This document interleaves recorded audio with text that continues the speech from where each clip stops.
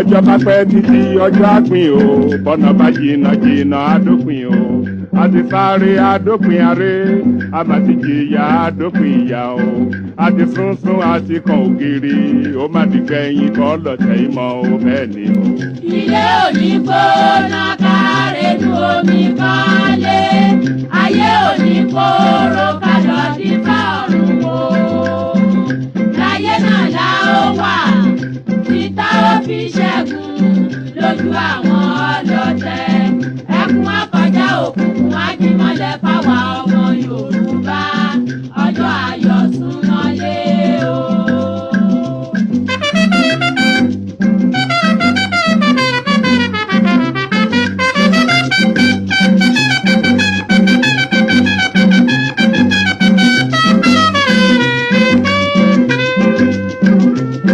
ó di láéláé pọ́n gbá ó mà di láéláé pọ́n gbá Yorùbá ò ní dọ̀bálẹ̀ ẹ̀fẹ́ nìkan ó di gbẹ̀yìn kọ́ lọ́tẹ̀ ìmọ̀ o. yé ẹ dìde dìde bí ológun ẹ bá jàgà sílẹ̀ o ẹ rántí àtọmọdọ́mọ kò ní sún wa kò ní rẹ̀ wá tá ó fi ṣẹ́gun tẹni tó dé ó sàn ju ẹni tirẹ̀ ń bọ̀ bẹ́ẹ̀ ni ò ní ní dúró kẹ́dúró gbọ̀n kẹ́dúró gbọ̀n kẹ́dúró gbọ̀n gbọ̀n gbọ̀n àtùpàgbé oníkànnì o bí ẹ bá sùn ẹ gbé ọjọ́ ayọ̀ súnmọ́lé o. bí a bá kú tí a bá jí a ó mẹ́ni rè fẹ́ràn ẹni bá ṣàìsàn wò ni yóò lè mọyì àlàáfíà bí a bá ṣaláìní ká tó wá ní a ó mọyì bàbá ń fojoojúmọ́ jẹun ata ó dífá fún Yorùbá tí í ṣe ọmọ Odùduwà bàbá mi òkè gàgàgà tí í ṣe lépè lẹ́yìn aṣòótọ́ Ọ̀yọ́ Ìbàdàn Oǹdó Ìjẹ̀ṣà Ilé Ifẹ̀ o. wá ohùn alóore Odùduwà ló ń pè. Àkúrẹ́ Ọ̀wọ̀ Ìkàrẹ́ Ẹ̀yìn Èkìtì ẹ gbóhùn Ìgbé o. wá ohùn alóore Odùduwà ló ń pè. Ìbàràpá Ilé Ẹ̀gbádò Ẹ̀yìn Ọ̀ṣun ẹ gbóhùn Ìgbé o. wá ohùn alóore Odùduwà ló ń pè. Ẹ̀yin Ìjẹ̀bú ọmọ Àlárẹ̀ o ẹ̀yin Ẹ̀gbá ọmọ Lísàbí. wá ohùn alóore Odùduwà ló ń pè o ẹ̀yin ọmọ Yorùbá ọjọ́ ayọ̀ súnmọ́lé o.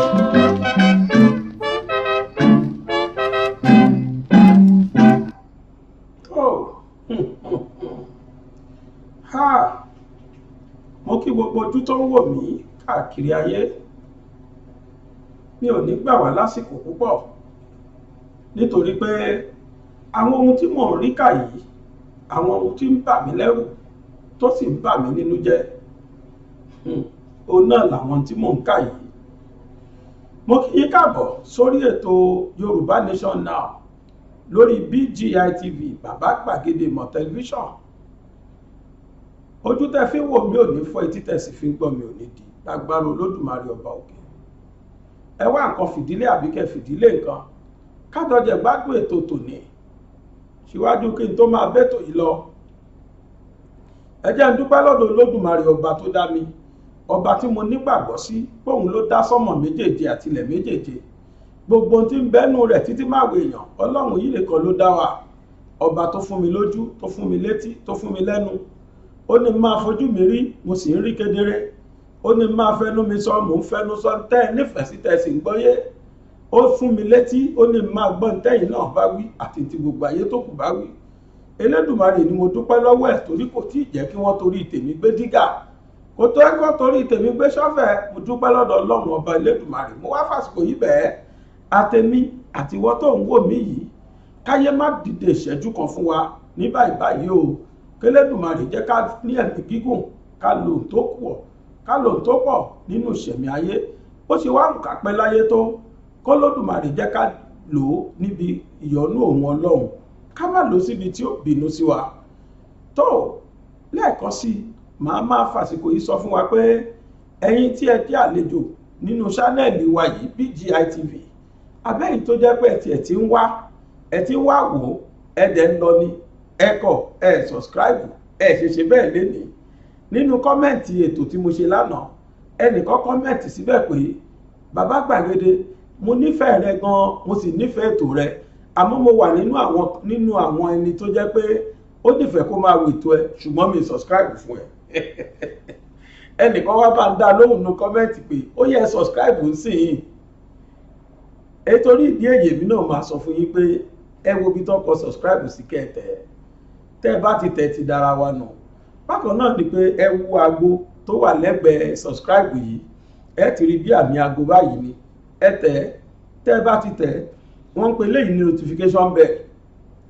Eléyìí ó máa fún yín ní alámì tẹ́ bá ti tẹ all nínú notification torí tẹ́ bá tẹ notification bell á gbé àwọn nǹkan kan wá ibi tí wọ́n kọ AWL sí all oníkẹ́ tún tẹ̀ lẹ́ẹ̀kan sí.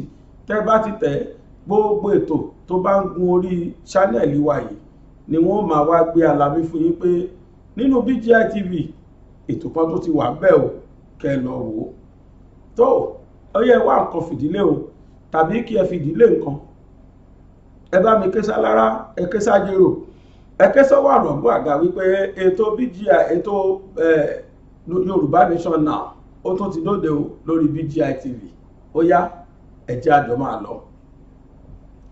Ìròyìn ìbẹ̀rù kan ó ní mo rí kà níbi mo ṣe ń wọ stúdíò bọ̀ ó ní wọ́n sẹ̀ǹdì ẹ̀ sí mi ò tí ì ka full details àmọ́ mò ń sáré yọ kà ní ìsìn torí tí mo rí ń bẹ̀ ó jẹ́ nǹkan tó bà mí lẹ́rù.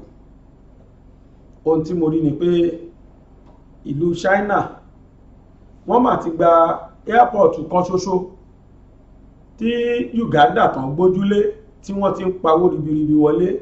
Wọ́n ní China ti gbà mọ́ wọn lọ́wọ́ o kí sì ló fà á. Wọ́n ní Uganda lọ yá owó lọ́wọ́ China owó ọ̀hún pọ̀ díẹ̀ wọn ò kọye tó jẹ́ sí. Wọ́n wá ní tí Uganda fi ṣe onídùúró China òun ni owó tàbí ó ní airport wọn. Ohun tí Uganda tó fi ṣe onídùúró lọ́dọ̀ China òun náà ní airport tí wọ́n ti ń pa owó ńláńlá. Wọ́n wá ní àsìkò àti sanwó ọ̀hún ti pé ó ti kọjá. China bá máa sọ pé tó airport yín tẹ̀ tí ń gbowó ńlá o wọ́n pè ní loan airport. Orúkọ airport náà ló rò ó loan airport. Wọ́n ti wá sọ di lóònù báyìí o wọ́n ti sọ di airport tí China ti gbà lọ́wọ́ wọn. Ṣẹ̀ǹjẹ́ rí tí mò ń rí díẹ̀díẹ̀ náà ṣẹ̀ǹdọ́gbọ́n rí tí mò ń rí. Yorùbá ní ó ń bọ̀ àwọn ládẹ́ẹ̀dẹ́ para Nàìjíríà ti kọjá sí China wọ́n ti yáwó poro Nàìjíríà ti kọjá sí China wọ́n ti yáwó. Kí la mọ̀ tí wọ́n kọ́lẹ̀ ní nǹkan onídùúró tí wọ́n fi ń yá àwọn owó tí wọ́n yá yìí? Kí la mọ̀ tí wọ́n ń fi ṣe onídùúró gbogbo àwọn gbèsè tí Nàìjíríà ń yá yìí lọ́wọ́ China? Ìjáwá náà lè lé bá náà. Ṣé kìí ṣe àwọn ọmọ Nàìjíríà ni wọ́n fi ń ṣe onídùúró? Ṣé kìí ṣe airport wa tó wà lẹ́kọ̀ọ́ ni wọ́n fi ń ṣe onídùúró? Kí lẹ́yìn rò pé ìjọba wa fi ń ṣe onídùúró lọ́dọ̀ China pẹ̀lú gbogbo gbèsè tí wọ́n ń lọ yá yìí? Ti International Monetary Fund tá a mọ̀ sí IMF ìyẹn wà ń bẹ̀ o a ò tí ì mọ̀ kí ló ń ṣẹlẹ̀ sí. Láìpẹ́ yìí ni wọ́n láwọn fẹ́ yá ṣé 200 bílíọ̀nù àbélò náà pé nítorí owó pé wọ́n fẹ́ kí ẹ̀fọn má jẹ wá Nàìjíríà. Àfikọ́ lọ́hún ṣàánú wa. Ìtẹ̀mí rí tó ń bà mí lẹ́rù ni pé díẹ̀ China má lè padà sóko ẹrú ẹlẹ́ẹ̀kejì. China má bẹ̀ Uganda jàre Uganda má lè parí ó má lè padà sí oko ẹrú ẹlẹ́ẹ̀kejì. Kò ríro bẹ́mi ṣe rò ṣá wípé ó súnmọ́ kí Uganda kí China padà colonize wọn nínú ìtàn ń bá bọ̀ yìí. Elédùn ọ̀mà ní díárì lẹ́yìn Uganda Nàìjíríà ló kọ̀ ó dá mi lójú gbangba wípé Nàìjíríà ló tún jẹ gbèsè tó ga jù lọ́dọ̀ China. Kí wá lọ́nà àbáyọ kò yé mi o. ṣé ẹ rí bí mo ti ń rí in tó ń dùn mí ni pé ogun tó wà nílẹ̀ Yorùbá ṣé kìí ṣòun ni wọ́n fi ń dúró tó Ọlọ́run ó ṣàánú wa. Apá kìíní nù. Apá kejì ni pé ìròyìn ayọ̀. Ṣé ẹ mọ̀ pé látijọ́ yìí ni wọ́n ti ń pe búbù ní orí òkè òkúta wípé àwọn báńdíìtì àwọn agbénipa yìí àwọn Fúlàní ajẹnirun Fúlàní agbébọn wọ́n ní kí búbù pè wọ́n lórúkọ tó yẹ wọ́n gan kan sọ wọ́n ní terrorist kí ọwọ́ ìyá lè máa dùn wọ́n káwọn ológun wá lè máa fèsì wọn ní àtagbà. Wọ́n kọ́ o Màlàmí gan ló kọ́ jáde wípé kò jọ òun ò lè pè wọ́n bẹ́ẹ̀ tó rólófin kan táwọn gbọ́dọ̀ tẹ̀lé. Àwọn ọmọ láyọ̀ láti sọ fún wa pé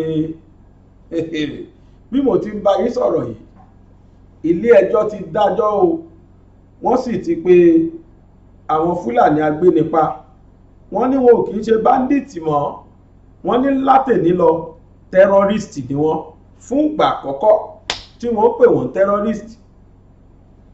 Àwọn ilẹ̀ Haúsá sì ti sọ pé ìdùnnú ló dé bá àwọn ń tà wọ́n.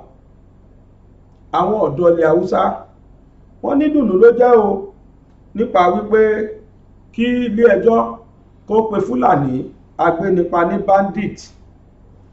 Mo fẹ́ dọ́gbọ́n ka díẹ̀ fún wa torí mi ò lè sọ bí wọ́n ti ṣe sọ gan ó sì wù mí kí n sọ kí gbogbo wa gbọ́ kó lè yé wa dáadáa. Wọ́n ní Gumi's pet finally declared as terrorist by court. Ìyẹn ni pé àwọn ọmọ tí Gumi ń tọ́jú wọ́n ní nígbẹ̀yìngbẹ̀yìn o ilé ẹjọ́ ti sọ wọ́n lórúkọ tuntun orúkọ tó yẹ wọ́n tí ń ṣe agbésùmọ̀mí terrorist. Wọ́n ní àwọn bandit látòní lọ wọ́n ti di terrorist káàkiri ilẹ̀ Nàìjíríà o.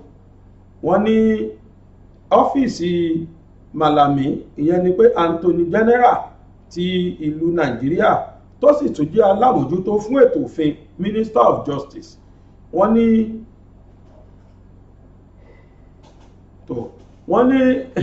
pẹ̀lú ìtìjú wọ́n ní ọ́fíìsì Màlàmí náà ti wá ó ti wá fáìlì ó ti múwé ìpẹ̀jọ́ wá pé lódodo ni o àwọn lọ́wọ́ sí wípé tó àwọn Fúlàní agbénipa látòní lọ wọ́n ti ń jẹ́ terrorist o. Wọ́n ní the Director of Public Prosecution DPP Mohammed Abubakar said the order to tag bandits as terrorists was given by President Muhammadu Buhari tó wọ́n ní Buhari fúnra rẹ̀ gan ló pàṣẹ o wípé kí wọ́n pe àwọn bandits yẹn bá àwọn Fúlàní agbénipa pé kí wọ́n pè wọ́n ní terrorist gangan o. Adúpẹ́ o wọ́n ní ọjọ́ Àlàmísì lánàá ó ní adájọ́ kan tó ń jẹ́ Táíwò tó jẹ́ ó wà ní ilé ẹjọ́ gíga ti Àbújá wọ́n lóhun gangan ló máa sọ àwọn Fúlàní agbénipa yìí ní orúkọ tuntun o.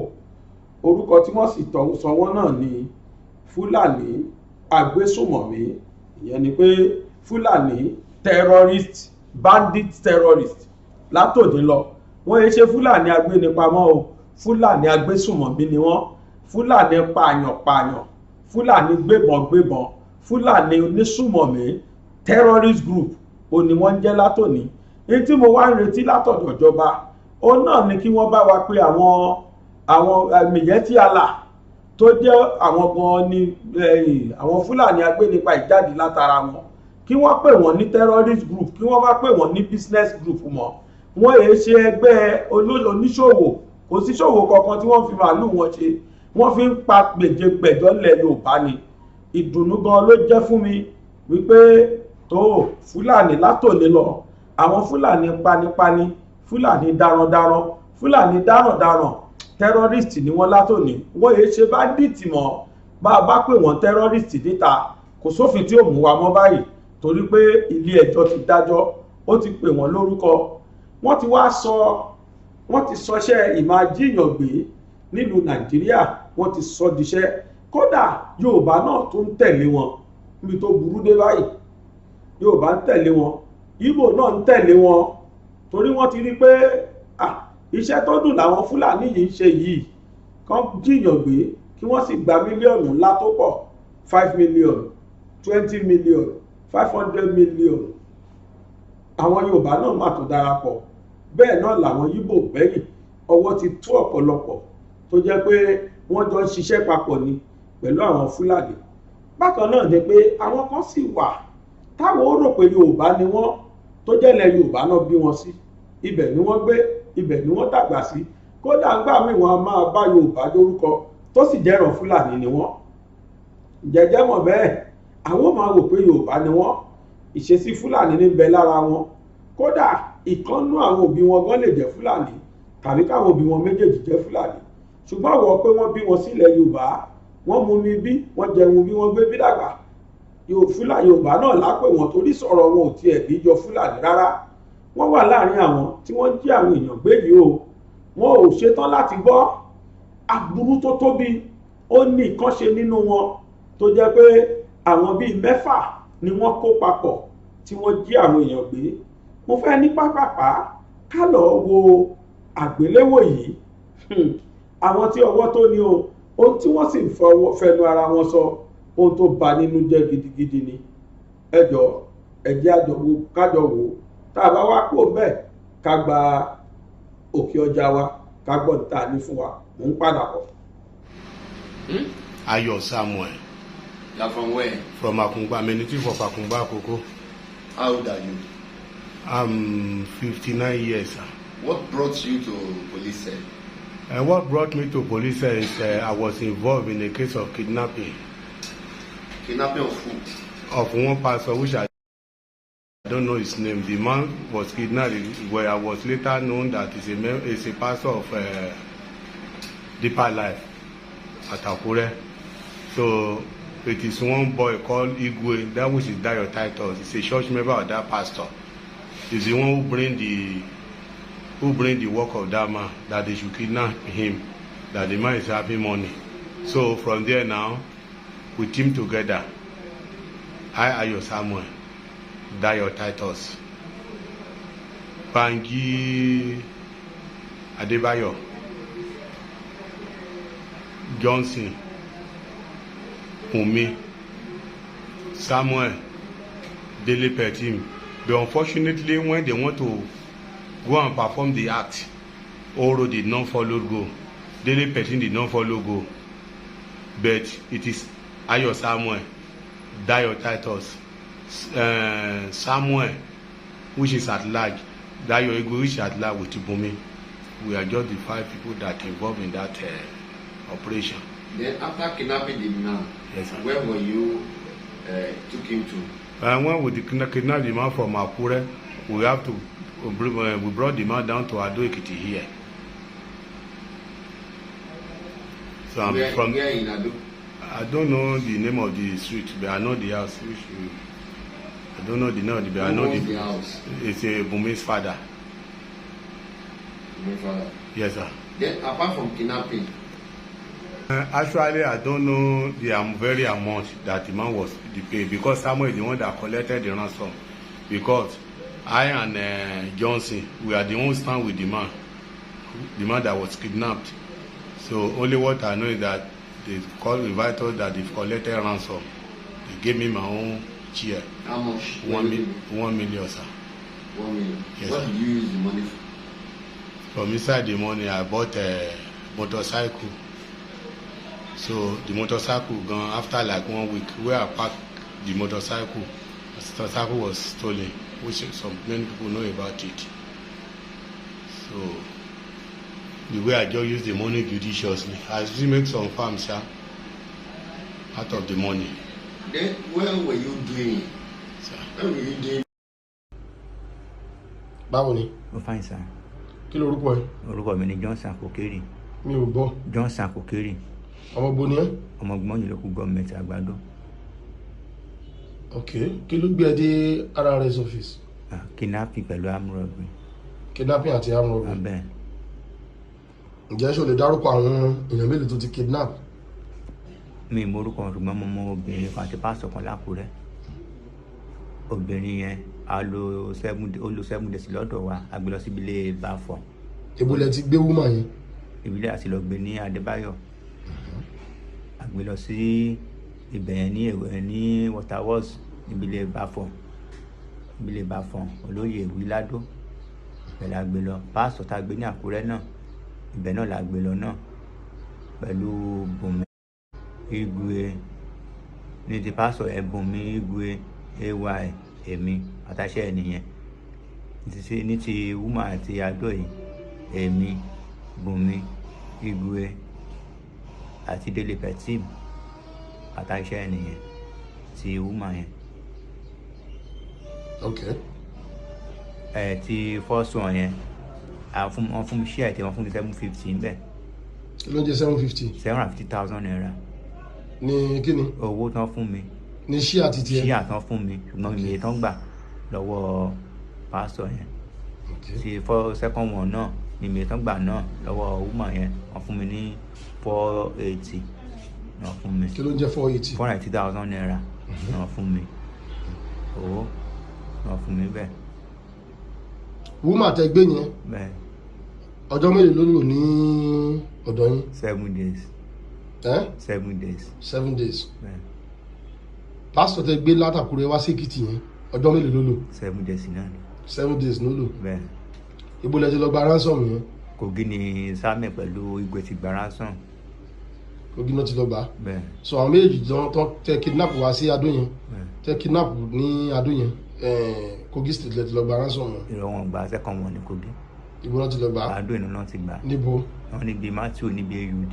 Níbi AUD. Bẹ́ẹ̀ ní Matthew street. Bẹ́ẹ̀ ìnú náà ti gbà. Ní Adó Èkìtì. Bẹ́ẹ̀ ìnú náà ti gbà. Okay. Mo ń gbọ́. Bẹ́ẹ̀ ìnú náà ti gbà. Nípa ti pọ́ǹpì tẹ́lẹ̀ sọ ọ̀gá mi mọ bí pọ́ǹpì ṣe bó ṣe rìn ọ̀sìn kan tó kún ní pé wọ́n sọ pé èwo kí ló ń jẹ́ pumping? pump action ìbọn pump action wọ́n ní wọ́n ló gbé gba ransom ní ti pásítọ̀ yẹn ọ̀rọ̀ pásítọ̀ yẹn tó fẹ́ gba ransom yẹn ní ti pásítọ̀ yẹn ọmọ tán ló gbé wọn ló padà lọ gbé ìbọn tán lọ gbé sí. Your name? My name is Ogunremi Olugbunmi. I'm from Ado Ekiti.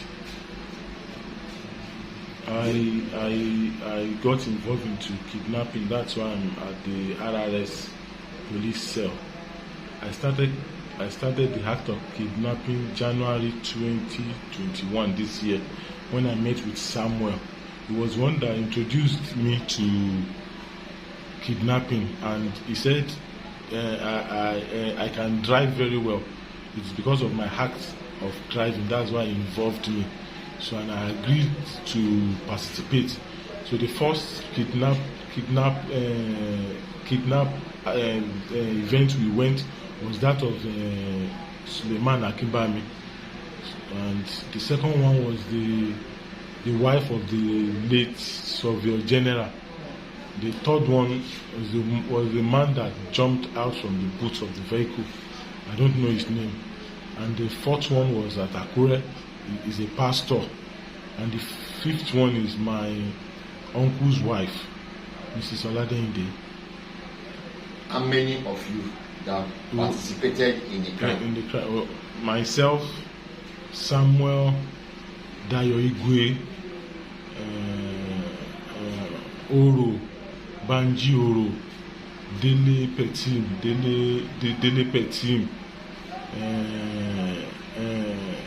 Johnson,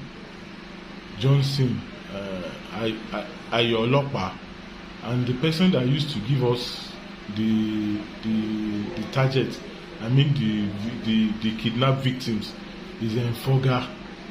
He will tell us that this one is rich. He can pay so amount. He was the one that gave us the work of Akimbami, the Surveyor General's wife, and the man that jumped out of the boot. He gave us those three. You are aware that after the man jumped from your bed, the man died? I am not aware, but you told me when I got here. Okay. I'm not aware. The phone of the man that you kidnapped, that later jumped down from the bed, where is his phone? I really don't know, because I was the person that drove them to where along Afao Road. So Dele and Samuel came down from the car. I don't know, maybe they threw it away or they buried it. I cannot say specifically, sir. How much did you collect from the family of Alhaji Akinbami? Alhaji Akinbami, alias Onoke. Banjoro. Sọ sókè. Banjoro. Kí ló gbé ẹ dé àgọ́ ọlọ́pàá? Nǹkan tó gbé mi dé police station ni pé mo ní kéèsì pẹ̀lú Johnson àti AY. Olú kéèsì wo? Lọ́bì kéèsì wọ́n mú mi fún ní Èkúté mo fi dé ibi yìí. Ìgbà tí mo lẹ̀ tán lè gbé mi dé bí wọ́n bèrè nípa kéèsì yẹn. Gbogbo ilẹ̀ ṣàlàyé pé mo ṣe jáde ní prison ni. Mo lè ṣe ṣàlàyé bí mo ṣe jáde ní prison. Wọ́n béèrè àwọn tí mo mọ̀. Mo ṣàlàyé bí mo ṣe mọ àwọn Bùnmi. Báwo ló ṣe mọ̀ wọ́n? Ìgbà tí mo jáde ẹnìkan ló introduce mi sí wọn. Sọ̀rọ̀ sókè. So ìgbà tẹ́ni yẹn introduce mi sí wọn, ó fún mi ní nọ́mbà wọn. Mo dẹ̀ pé Bùnmi, mo bá Bùnmi sọ̀rọ̀. Bùnmi wáyé. Wọ́n introduce ẹ sí Bùnmi. Wọ́n pe bọ́ yẹn ní Wálé. So òun ló fún mi nọ́mbà mo dẹ̀ bá Bùnmi, mo pé Bùnmi, mo bá Bùnmi sọ̀rọ̀. Ìgbà tí mo dẹ̀ bá Bùnmi sọ̀rọ̀, Bùnmi wá ní má wọrí pé àríyá tóun bá ti wá sí Adó. Lóòótọ́ ńgbà tó dé Adó ó pè mí, ó ní kí n jẹ́ àríyá ní ṣáìdì Matthew bẹ́ẹ̀, mo gbọ́kadà mo lọ bá. Àwa jọ sọ̀rọ̀, ó wá bá Samuel sọ̀rọ̀, níbọ̀ Samuel ní kóun bá sọ̀rọ̀. Ó sì àbá búrọ̀ Samuel yẹn sọ̀rọ̀, Samuel sì àwa níwẹ̀ pé kò sí wàhálà pé tóun bá ti ní ìlú kóun wá pè mí pé kó má wọrí. tó gba tí mo ṣáà mo retí ó wá pè mí ó wá ní oníṣẹ́ kan tó fẹ́ wá ṣe ní Àdó gan pé ṣé mo wà ládó mo ní mo wà ládó ó ní wọ́n fẹ́ wá ṣiṣẹ́ wúmà ìyàwó kọmíṣánná yẹn tó bá ṣe wọ́n ṣe wá sádó nìyẹn wọ́n ṣe dé sádó nìyẹn ṣàgbé mọ́tò wá wọ́n ṣe lọ ṣiṣẹ́ wúmà ṣe gbé wúmà yẹn nìyẹn àgbé wúmà yẹn lọ sí Kogi tó gbàdá lè pé sí Kogi akéèpọ̀ sínú igbó mẹ́rin nígbà tó ṣáà lọ tó ń padà tó ń lọ tó ń padà ó ṣáà ti bí 5 days to 6 days wọn náà ti gba owó. àwọn ológo. Samuel àti Bùnmi. èlò náà gbà. wọ́n ní 2 million naira. ta ló wọ́n ní ta ni wọ́n ní ta ló sọ wọ́n ní. wọ́n ní 2 million naira ni wọ́n náà gbà. ta ló sọ bẹ́ẹ̀. Samuel àti Bùnmi. èlò náà fún ẹ náírà wọn. wọ́n fún mi ní 300,000 naira mo ṣáà ti bá wọn jà nìyẹn pé báwọn náà ti lè sọ bílẹ̀ pé wúmọ̀ yẹn ojú mi ló ṣe pé tó pé èèyàn tó wọ́n sọ pé 5 million naira ló fẹ́ gbà fẹ́ni yẹn sọ pé òun ti rí bíi 4 million naira bẹ́ẹ̀ pé báwo ló ti wá jẹ́ pé 2 million naira ló tán wọn ló yẹ tán gbé wá nìyẹn pé owó yẹn pé wọn tẹ ẹ̀ka gan pé wọn ráyè ká wọn rá. kí lorúkọ ẹ. èmi ni Ìgè Adú mò ń ṣe iṣẹ́ fọganẹ́sà ní ìlú Adó Èkìtì ṣùgbọ́n ọmọ bíbí ìlú Ìkẹ́rẹ́ Èkìtì ni mí. kí ló wá dé kí ló gbé ẹ dé police station ní RRS office. nǹkan tó gbé mi dé police station báyìí ni pé mo mọ ọ̀rẹ́ kan ó dó gẹ́gẹ́ bí kọ́sọ́mọ̀ fún mi ó wá ń ṣiṣẹ́ mọ̀ye táyà mọ́ṣíìnì ẹ̀ lọ́dọ̀ mi òun ló sọ fún mi pé àwọn wo ni mo mọ̀ tó lówó dání pé gbogbo fọganẹ́sà tí mò ń ṣe pé mi ò ní fẹ́ fi ilẹ̀ tí ń bá cooperate pẹ̀lú òun wọ́n porúkọ ẹ̀ ní Délé Pẹ̀tì òun nìkan ni mo kọ́kọ́ mọ̀ ìgbà tí mo wá sọ fún pé bàbá Akínbámi ní owó lọ́wọ́ pé mo mọ̀ ó wá ní kí n wá pọ̀ǹtì ẹ̀ fún mo wá pọ̀ǹtì ẹ̀ fún lóòótọ́ náà wá tí wọ́n wá gbé bàbá Akínbámi mi ò kì í bá wọn jáde màá kàn pọ̀ǹtì ẹnìkan lọ gbé ibi tí màá rìn mọ́ ìyẹn wọ́n dẹ̀ nínú owó bàbá Akínbámi wọ́n fún mi ní 400,000. lẹ́yìn yẹn ta ló tún point fún ọ. èmi náà ni mo pọ́ǹtì ìyàwó Sọfẹ́ General. èlò náà fún ẹ ní owó tiẹ̀. 150 náà fún mi ní owó tiẹ̀. ta ló tún fi hàn. bàbá tán ni ó jábọ́ lẹ́yìn mọ́tò àwọn ọmọ méjì tí wọ́n mọ bàbá yẹn torí èmi ò mọ bàbá yẹn mi ò dẹ̀ mọ ilé ẹ̀ àwọn ọmọ méjì tán ni wọ́n mọ bàbá yẹn dáradára orúkọ kan jẹ́ Blessing tó ń ṣe Radionic orúkọ ìkejì ń jẹ́ FM tó ń ṣe wẹ́dà àwọn ló wá bá mi tán ní wọ́n ń wá owó pé tán bá lè yàn tí bá mọ èèyàn tó lè bá wọn ṣe irú iṣẹ́ yẹn mo wá kó àwọn méjèèjì lọ bá Samuel pẹ̀lú Bafun ní Matthew mo ní àwọn nìyẹn àwọn méjì yẹn wá bá àwọn méjì tí mo dárúkọ yẹn sọ̀rọ̀ ibi tí mo mọ̀ mọ́ nípa ọ̀rọ̀ rẹ̀ mánu yẹn nìyẹn. àwọn tí o ti bá wọn ṣe rọ́bìrì ni. rárá mi ò ṣe rí. kí ni ṣé ìwà tó wù ìwà àfihàn tó wù ṣe inú ẹ̀ dùn sí. rárá inú mi ò dùn sí rárá nígbà tí ọwọ́ wá bà mí inú mi ò dùn sí rárá mo wá mọ̀ pé nǹkan tí mo ṣe ò dáa. kí ni ìdí tó fi bàbá akínbámi yẹn hàn ṣé ó ń ṣe burúkú sí ẹ. rárá kò ṣe burúkú sí mi. What is your name? My name is Ayodele Jim. You are from where? I'm from Ado-Ekiti, Ibeyin, Odotu. From Alice family in Odotu. From Alice family in Odotu. Alice family. What is your father's name? My father's name is Jimo. Jimo what? Jimo, just Jimo Abudu. Why were you referred to as a Petty? Being that they used to call me nickname, being that my father is a Muslim. So my father is a Muslim. So I used to bear Petim as a nickname. So Petim is not your father? Petim is not my father. Not my father. It's just a AK something Petim. Okay, can you tell us what brought you to RRS office? RRS office, I involved in case of kidnapping.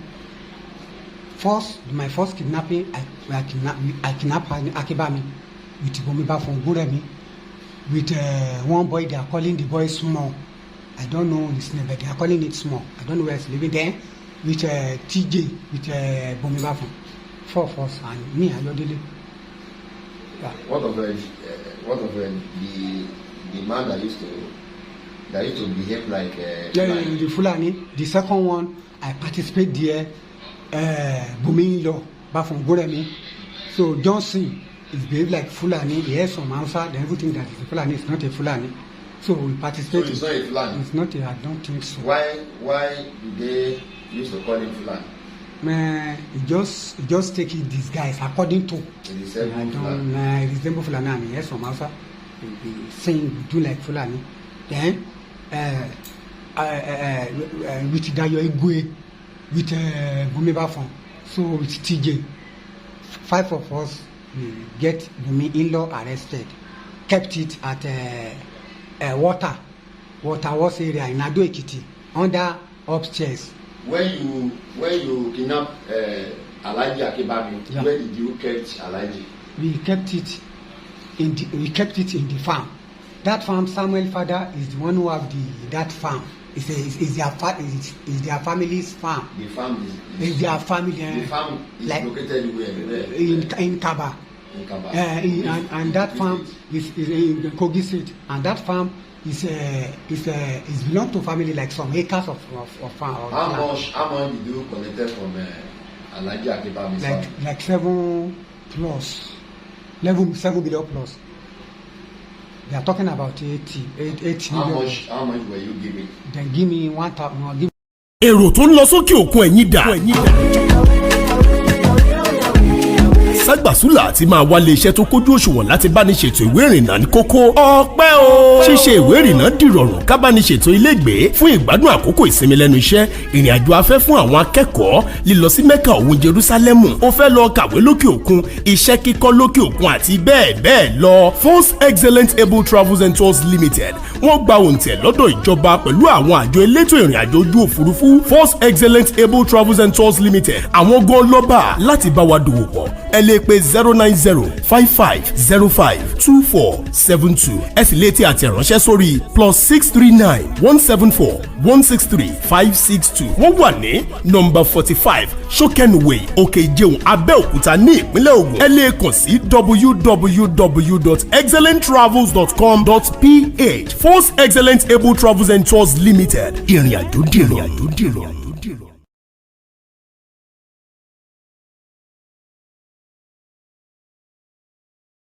tó rójú àwọn ọ̀daràn rójú wọn àfi kẹ́lẹ́dùn ọgbà ní o lọ́wọ́ àwọn agbénipa. èyí tó kàn dùn mọ́ mi ni pé ní agbára Ọlọ́run Olódùmarè látòní lọ Fúlàní darandaran wọn yìí ṣe báńdíìtì mọ́, wọn ti di tẹ́rọ́rìsì. tó bá wá tún wọn nínú àwọn Yorùbá tó tún bá fọ́lò wọn káwọn náà mọ̀ pé àwọn náà ti di tẹ́rọ́rìsì nù, kò sí tó ń jẹ́ báńdíìtì mọ́. bàbá sì rí inú àwọn Yíbò náà tóun náà jíyàn gbé kó mọ̀ pé òun ti di tẹ́rọ́rìsì. ìjìyà tó wà fún tẹ́rọ́rìsì fún ẹ̀yẹ ni pé ó agbésùmọ̀mí, ìjìyà tó wà fún náà ni ó wà fáwọn náà. tó lórí ọ̀nà àlùmọ̀kọ́rọ́ tí DSS ń gbà pé káwọn má lè san owó tàbùàtàbùà tí wọ́n ní tí kóòtù sọ pé kí wọ́n san fún olóyè Sunday Igboho 20 billion tí wọ́n wá lọ fi ọgbọ́n àlùkọ̀rọ̀ yìí pé àwọn fẹ́ gbólóyè Igboho wá sí Nàìjíríà padà. ọ̀tọ̀ ni ohun tí wọ́n ní kí wọ́n rí o, ọ̀tọ̀ ni tí wọ́n rí.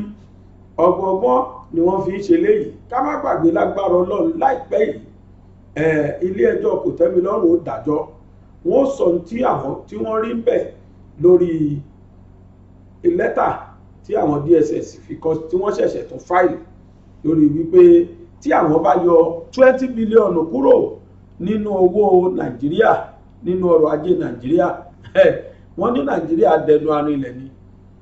Barrister Pẹ̀lúmi Ọlájẹ́ngbésì ìyẹn náà dẹ̀ ti ń dọ̀yà ha wọn báyìí, ti ń dá wọn lóhùn. ó àtàkì wọn ní kíkankíkan ni pé ẹ lọ jókòó jẹ́ o, kẹ́ ẹ yọ 20 bílíọ̀nù lọ́nà 10 kúrò nínú nǹkan tó wà lápò Nàìjíríà. ó ní láyéláyé ẹ ò lè mà láẹ̀. níṣe ni kẹ́ ẹ san gbèsè ọrùn yín. ohun tí ilé ẹjọ́ ní kẹ́ ẹ san fọlóyè Sunday Igboho ẹ tara ṣàṣà kẹ́ ẹ san torí ẹ̀pẹ́ ẹ̀yin lẹ dáràn, ẹ̀yin lẹ ṣe ń tá yóò fẹ́, ẹ̀yin lẹ lò wá ta ni ó mú mi. ẹni tí ó sì mú yín ti dájọ́ wípé dandan kẹ́ ẹ lè san owó ọ̀yà, kẹ́ ẹ san owó ọ̀daràn, owó ọ̀ràn tí ẹ dá tí í ṣe owó ìtanràn, kẹ́ ẹ san fún olóyè Sunday Igboho 20 billion naira. Barrister Pẹ̀lúmi ló tún pè fún DSS pé ẹ sọ̀rọ̀ ẹ̀dá ẹ sanwó gbèsè ọrùn yín. ó ní kò sí tẹ́ lè ṣe bẹ́ẹ̀ ṣé jù bẹ́ẹ̀ lọ. olóyè Igboho ní wá Nàìjíríà ní. ẹlẹ́ẹ̀kejì ni pé ẹ san gbèsè ọrùn yín báyìí táwọn fún mi ṣàn yín lọ́wọ́. bí ó dẹ̀ ṣe máa ríre lágbára Ọlọ́run. ẹ̀jẹ̀ sájà afọkànbalẹ̀. orin tí mo nífẹ̀ẹ́ sí kí n máa play orin yẹn ní ọjọ́ ayọ̀ Yorùbá ó ló ti fẹ́ súnmọ́lé nínú. ẹlẹ́ẹ̀kejì ǹjẹ́ jẹ́ mọ̀ pé tí wọ́n torí ẹ̀ sọ olóyè Igboho di terrorist kí ni ó ní pé kí Yorùbá dá dúró ká gba Yorùbá nation àbí bẹ́ẹ̀ kọ́ ló torí ẹ̀ di terrorist.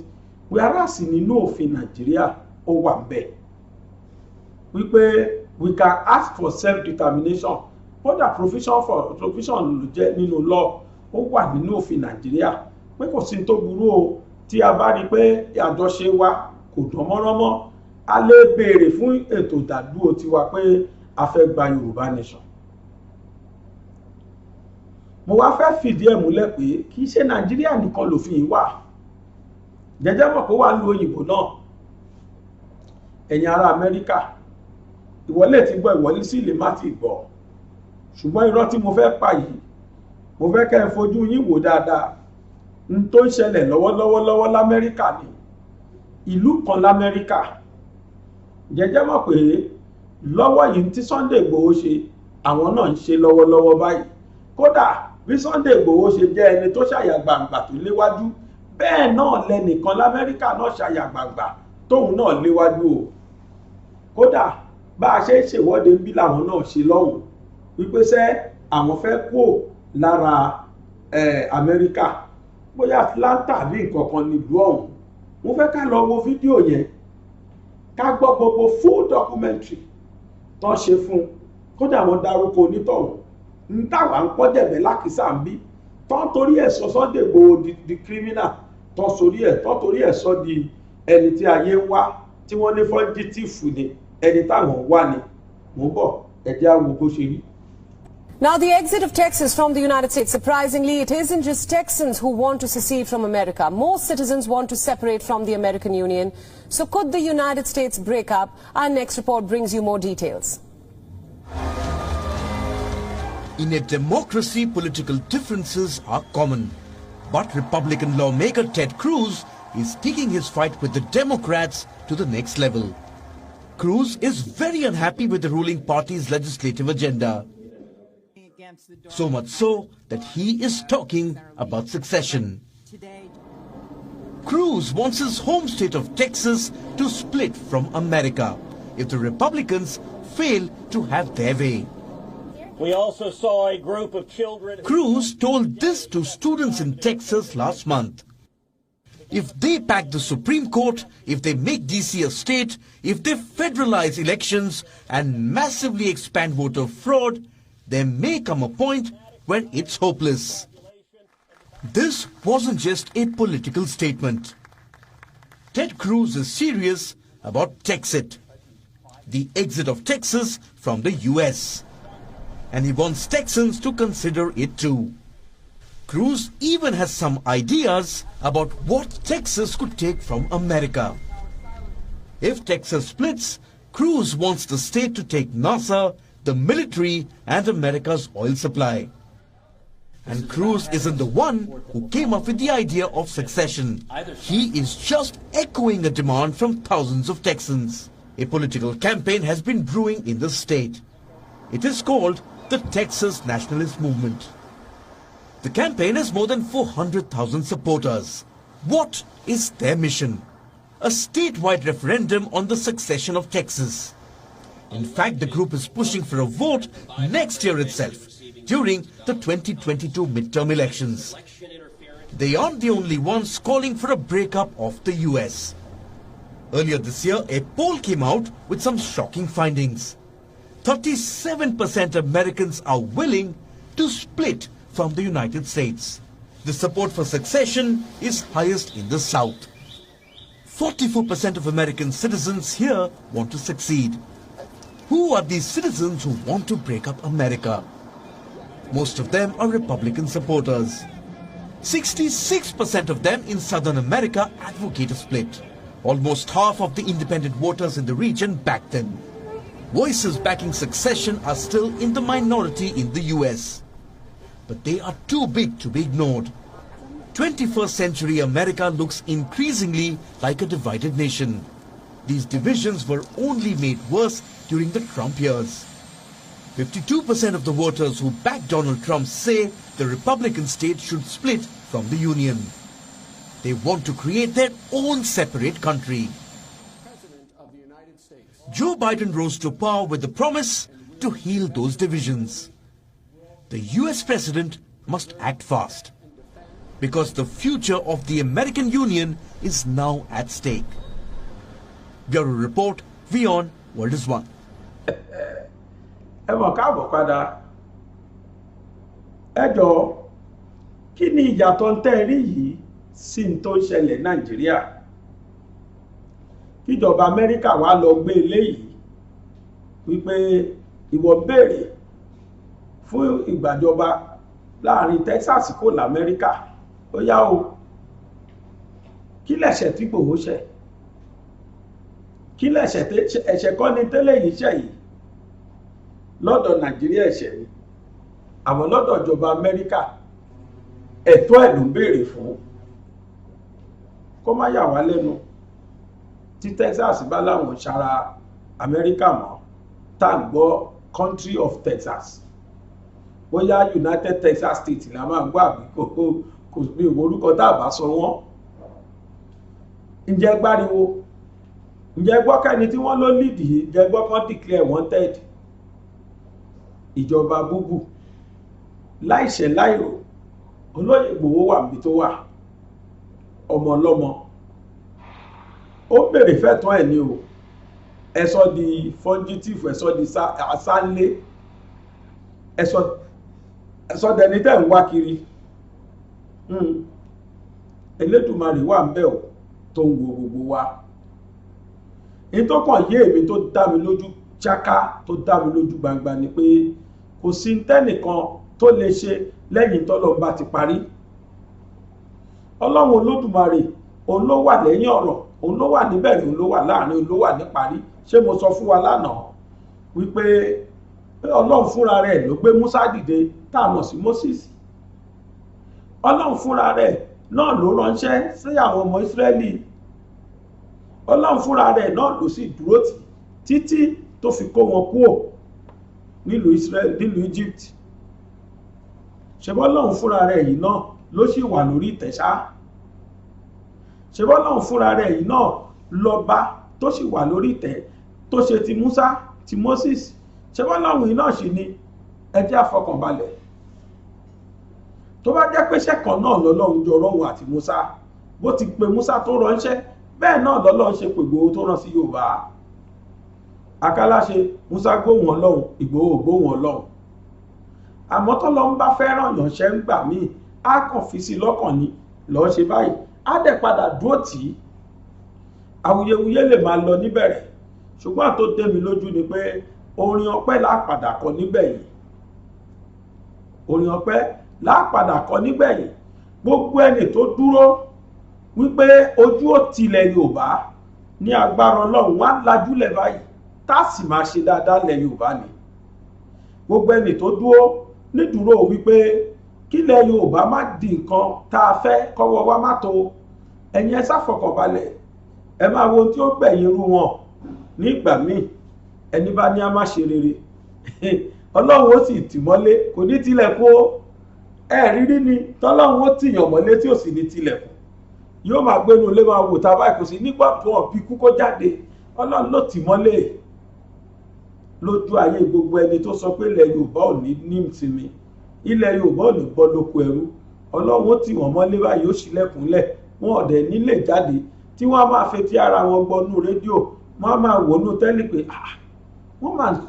àwọn tí wọ́n fi ṣe olórí ilẹ̀ Yorùbá, àwọn ni wọ́n máa ṣàjọyọ̀ lọ́wọ́lọ́wọ́ yìí. Ilẹ̀ Yorùbá la náà máa gbà lójú wa yìí, ẹ bá ti ní kò ní ṣeé ṣe. Lágbára Ọlọ́run bí ó ti rí nù.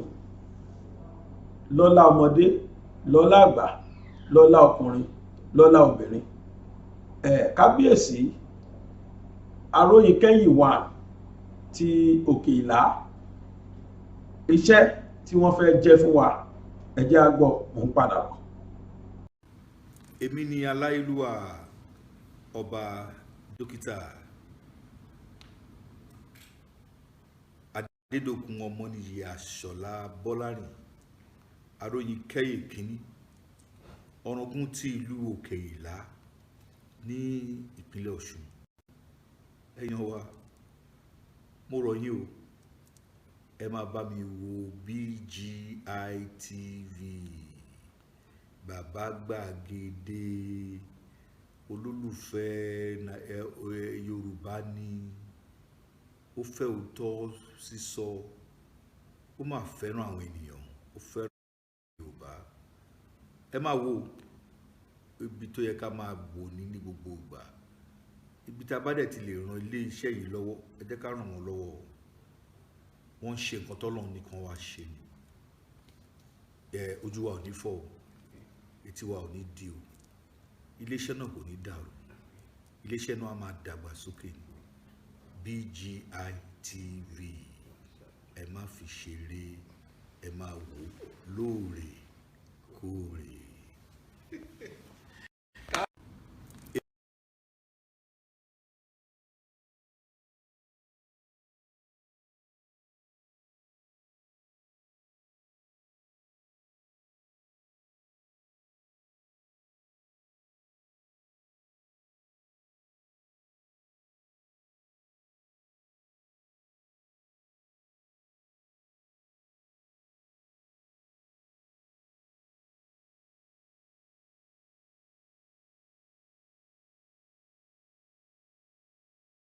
Aróyinkẹ́yìn ti Ọ̀ràngún ti ìlú Òkè Ìlá. Ẹ ṣeun bàbá. Ṣé bá a sí tọ́ tó yìí náà, bá a ti ṣe sọ tó yìí, mo fẹ́ fi nǹkan kan hàn wá ní o, mo mọ̀ pé yóò yà yín lẹ́nu. ṣé mi sọ pé mi kì í bá wọn bú ọba, àmọ́ tó bá ṣe nǹkan tí ó kù díẹ̀ kí àtò á sọ jáde. Ẹ wá àwòrán tẹ́ ń wò lójú ìwòran yìí, invitation card ni o, invitation card.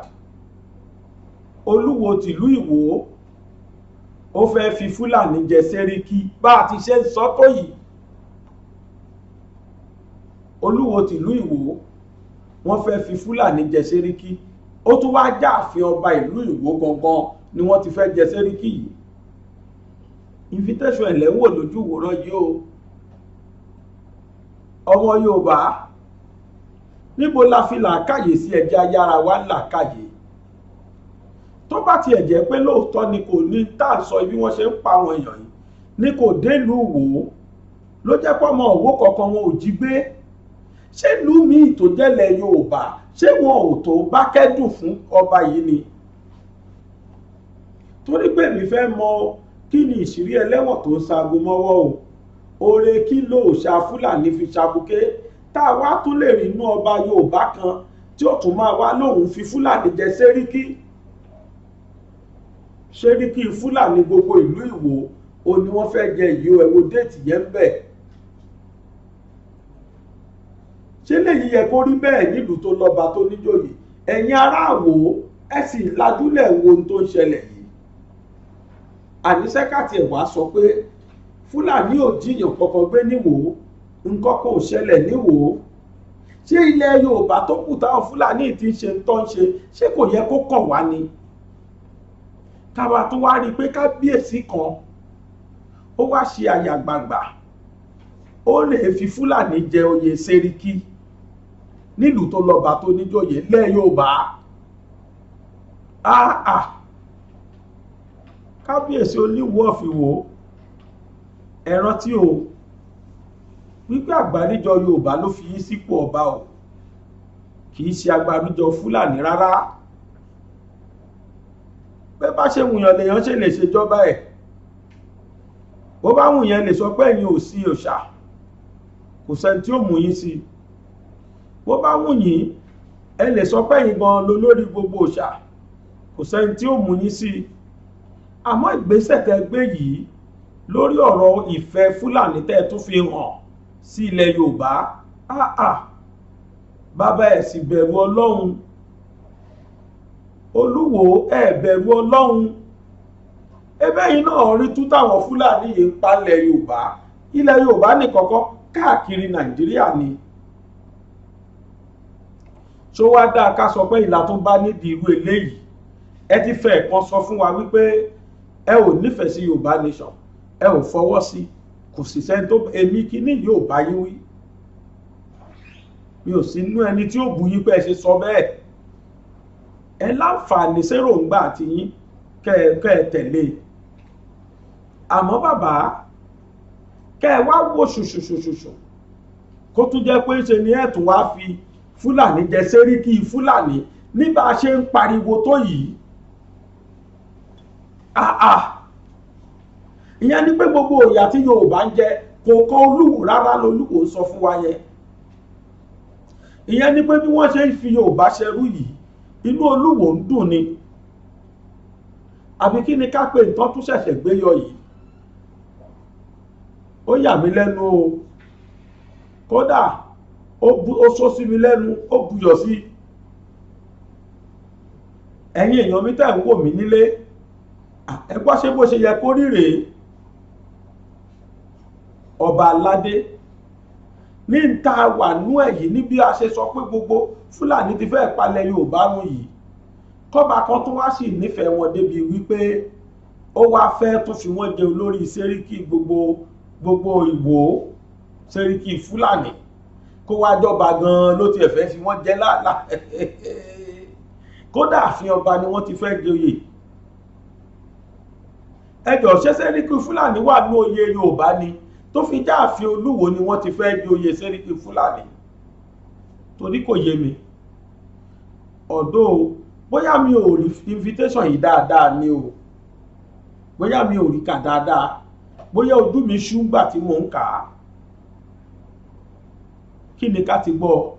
wípé ní ìlú Ìwó irú aburú báyìí fẹ́ ṣẹlẹ̀.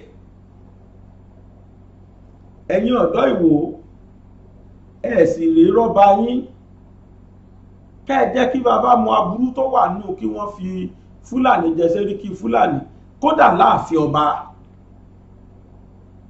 ládùúrú tí Fúlàní pa. Wọ́n tiẹ̀ ti wá sọ pé lọ́wọ́ yìí wọ́n ti pè wọ́n terrorist. Ṣé ká wá sọ pé Olúwo wọ́n faramọ́ wà terrorist ni àbí wọ́n faramọ́ terrorist fúnra rẹ̀ tí wọ́n fi wá fẹ́ jẹ olórí gbogbo Fúlàní nílùú Ìwó tó wá já ààfin ọba náà ti fẹ́ ṣe. Kódà olóyè Olúwo fún rẹ̀ ló fẹ́ fi wọ́n jẹ. Eléyìí ò bójú mu, èmi kì í bá wọn bọ́ba. Àmì èmi ò sọ nǹkan bàbá ṣe síta o. Bàbá ìtẹ́ ṣe yìí ẹnu ọmọ ò bá bàbá pàdé mọ́ ni o, ṣùgbọ́n ìtẹ́ ṣe yìí ó kù díẹ̀ kí á tó bàbá. Ó tún wá já ààfin ọba nílẹ̀ Yorùbá tí Fúlàní pa gbèjègbèjọgbẹ̀sán mẹ́rìnlélógún. Ṣó yẹ ká rí bẹ́ẹ̀, ṣó yẹ kó rí bẹ́ẹ̀, ṣó ṣe é gbọ́. Olúwo ọba Abdulrasheed àsìkò sí wà fún yín láti yí padà. Kódà kó ṣọ̀la lẹ fẹ́ ní ìjẹ kí lè ọ̀la tó mọ́ ẹlẹ́ yóò ń padà o, torí pé nǹkan tí ẹ ṣe yìí ìgbájú tó tóbi ló jẹ́ fúnlẹ̀ Yorùbá. Kí ni mo pè ìgbájú tó tóbi ló jẹ́ fúnlẹ̀ Yorùbá nígbà tí kìí ṣe pé baálẹ̀ lẹ fẹ́ fìyàn jẹ, tí kìí ṣe olórí tún lẹ fẹ́ fìyàn kan jẹ, ká wá gbọ́ pé oyè Sẹ́ríkì Fúlàní lọ́dọ̀ ẹ̀yin Olúwo kò ṣe gbọ́ o, kò ṣe gbọ́ bàbá o. Ẹ tún rò, ẹ tún èrò ọkàn yín pa, ẹ tún èrò ọkàn yín pa o. Bí èmi ṣe rí sí èròǹgbà tèmi ni mo sọ yìí o, torí pé ohun tó ti ní lójújò lè lọ́wọ́ o. Lóòótọ́ ni Yorùbá ní báyìí ní ṣe nǹkan mi kò padà rí, àmọ́ ń gbà míì téèyàn bá ní báyìí lóun ó ṣe nǹkan ọ̀hún tí ò ní padà. Tó bá jẹ́ nǹkan àbùkù ló fẹ́ ṣe tó bá sọ fún tí ó gbọ́, kí ni ó padà gbẹ̀yìn? Mi ò ní sọ pé èèyàn bó kàbùkù tó rẹ́nu mi ò gbà á. Àmì eléyìí tẹ́ ẹ ṣe yìí ó ń dojú ti àwa tá a jẹ́ Yorùbá. Kò ṣeé gbọ́ sétí wípé bí Fúlàní ṣe pa Yorùbá tó, àwa lè rí ọba Yorùbá kan tínú ẹ̀ máa dùndùn sí Fúlàní débi pé a tún máa wá sọ pé ẹ kóra yín wá sí ààfin mi, mo fẹ́ fi yín jẹ, mo fẹ́ jẹ ọba láàrin yín, mo fẹ́ yan ọba láàrin yín, mo fẹ́ yan Sẹ́ríkì fún yín. Eléyìí ò ṣe ń gbọ́ sétí Olúwo. Eléyìí ò ṣe ń gbọ́ ìbànújẹ́ tó tóbi gan ni fúnlẹ̀ Yorùbá. Ẹ dárò, èmi á sì máa apíìlì sí yín ni pé ẹ dárò. Ẹ má ṣe tí ò yẹ kẹ́ ẹ ṣe, ẹ má dán wò. Ẹ dárò o, torí pé ìgbájú ló jẹ́ fún gbogbo ilẹ̀ Yorùbá. Wọ́n á máa sọ fúnra wọn pé ẹ̀rí ẹbí ọba ṣe bó dídí ọba aládé wọn náà ló fi wá joyè yìí. Ṣó ṣe gbọ́? Kò ṣe gbọ́ o. Tó bàbá ìtẹ́mi ó sọ ni mo sọ yìí, ìbó sì ṣe rí lọ́kàn mi mo ti sọ jáde. Gbogbo ẹ̀yin tí ẹ ti ń bá wa nawọ́ sí àpò owó wa lórí ọ̀rọ̀ bàbá tí wọ́n ń gbénu mọ́tò ká fẹ́ ṣe nǹkan fún, níwọ̀nba àná sẹ́ni tó wọ́n máa rí táwọn kan fi iye kan ránṣẹ́ bí ò tiẹ̀ pọ̀.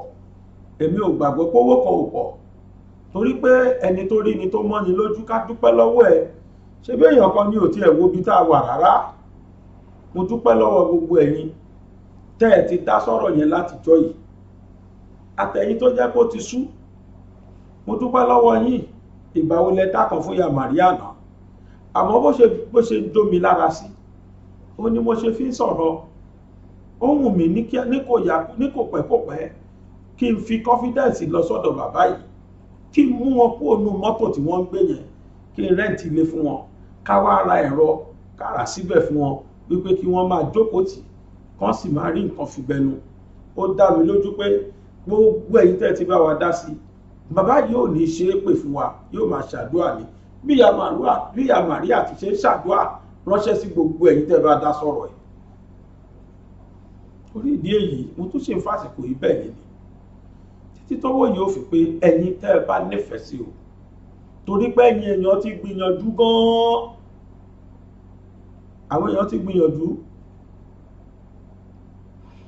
ṣùgbọ́n mo wá fúnra mi láàrin èní sí ìdajì December lágbára Ọlọ́run gbogbo tó bá wọlé láàrin èní sí ìdajì December lágbára Ọlọ́run lọ sọ́dọ̀ bàbá yìí mi ò fẹ́ kí wọ́n ṣe Christmas ńbẹ̀ yẹn mo fẹ́ káwọn náà ti wà ní ilé tiwọn tí wọ́n sì máa ti ní nǹkan tí wọ́n máa kì bẹnu lágbára Ọlọ́run kó tó láti December pẹ̀lú ògo Ọlọ́run ó ṣọ̀wá jùgbà náà lọ inshallah màá lọ sọ́dọ̀ bàbá yìí ntagbára bá ká á ṣe fún wọn mo ṣe fásìkò yìí rọ ẹ̀yin onínú dúdùn ọlọ́rẹ̀ tẹ́ ẹ sì fẹ́ bá wa dá sí ẹ̀yin ò ṣe bẹ́ẹ̀ ẹ má kúkú wo ti wá tèmi èmi burúkú tí mi ò dáa tí mi ò mọ̀rọ̀ sọ ẹ má wo tèmi ẹ̀yin tó lọ ń bá bùkún ẹ bá wa ran bàbá yìí lọ́wọ́ kí á tiẹ̀ mú wọn kó nu ilé inú mọ́tò tí wọ́n fi ṣe ilé tí wọ́n ń gbé ẹsẹ̀ wọn tí ò dáa àmọ́ nǹkan tó mi ò mọ nǹkan tó ṣe wọ́n lẹ́sẹ̀ o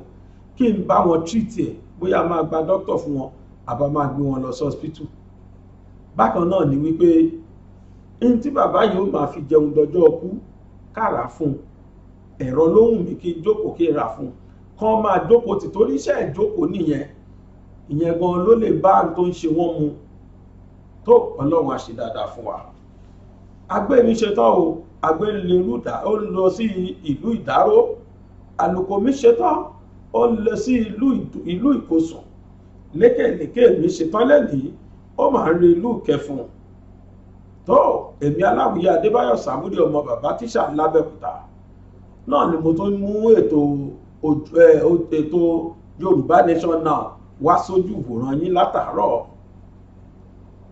lẹ́ẹ̀kan sí ẹ̀yin ò ṣe wo ibi tí wọ́n kọ subscribe sí kẹ́ bá mi tẹ̀ bákan náà ni pé àmì aago tó wà lẹ́gbẹ̀ẹ́ rẹ̀ ẹ̀tẹ̀ yẹn náà ẹ̀jẹ̀ àjọ kọ́mọ olùbọ́kájọ dìkan náà ẹ̀yin tẹ́ wá wò wá látòrí Facebook jẹ́jẹ́ mọ̀ pa wà lórí Facebook Gbàgede Mọ̀ with Aláwìyé Adébáyọ̀ òun náà ni Facebook page wa bẹ́ẹ̀ náà ni pé a wà lórí YouTube ìkànnì YouTube a wà lórí Instagram ìkànnì Instagram wa òun náà ni Gbàgede Mọ̀ _22 orúkọ tá à ń jẹ́rìí ní orí Instagram ẹ tẹ̀lé wa ẹ fọ́lù wa láìpọ̀ àyè méjèèjì kí ẹ sì subscribe fún wa lórí YouTube oníyanṣẹ́ ọlọ́kàṣe gbogbo ẹ̀yin tẹ́ bá wá jẹ́ tèmi ògbó yín náà ládùúpẹ́ lọ́wọ́ ẹ wá wò ó mo ṣe ládùúgbà pé ojú tẹ́ fi wò mí ò ní fọ́ o etí tẹ́ sì fi gbọ́ mi ò ní di títí táàtò fi pàdé ní ọ̀la ní agbára Ọlọ́run ayé òde torí èmi àti yín gbé dígà o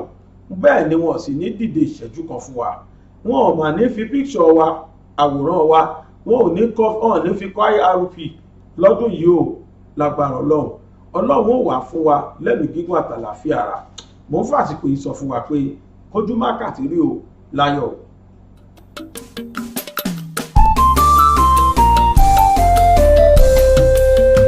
BGI TV yìí mo fẹ́ máa wò ọ̀rọ̀ tó jẹ ti ń gbèsè mo fẹ́ gbọ́ ètò lóríṣiríṣi wọ́n wà lọ́lọ́kan òjọ̀kan ìròyìn tó kojú òṣùwọ̀n àtàwọn ọ̀rọ̀ àgbọ́ fi kọ́gbọ́n eré wọlé fún tẹ̀rù tọmọ tèwe tàgbà ẹ má fi para. BGI TV mo fẹ́ máa wò ọ̀rọ̀ tó jẹ ti ń gbèsè mo fẹ́ gbọ́ ètò lóríṣiríṣi wọ́n wà lọ́lọ́kan òjọ̀kan ìròyìn tó kojú òṣùwọ̀n àtàwọn ọ̀rọ̀ àgbọ́ fi kọ́gbọ́n eré wọlé fún tẹ̀rù tọmọ tèwe tàgbà ẹ má fi para àjànà kú kọjá mọ́rí nǹkan fèrè bàbá rere káwí parí BGI TV we are the pace setter. Bàbá Gbàgede ìmọ̀ tẹlifíṣọ̀n station ti dòde.